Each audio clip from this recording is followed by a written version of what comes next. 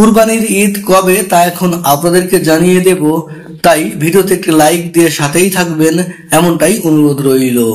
Saudi আরবে একদিন আগে ঈদ হয় এবং বাংলাদেশে একদিন পরে ঈদ হয়, সে অনুযায়ী এবারও তার ব্যতিক্রম নয়।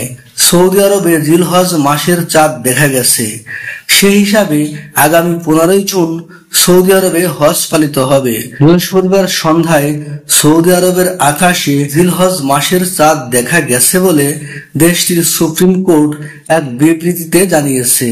গালফ নিউজ জানিয়েছে, ফলে শুক্রবার থেকে সেখানে জিলহজ মাস গণনা শুরু হবে। সেই অনুযায়ী আগামী 15ই জুন আরাফাতের ময়দানে হজের মূল আনুষ্ঠানিকতা হবে, আর পরদিন 16ই জুন কুরবানির মধ্য দিয়ে ঈদুল আজহা উদযাপিত হবে। সে অনুযায়ী বাংলাদেশে 17ই জুন ঈদুল আজহা উদযাপিত হবে ইনশাআল্লাহ।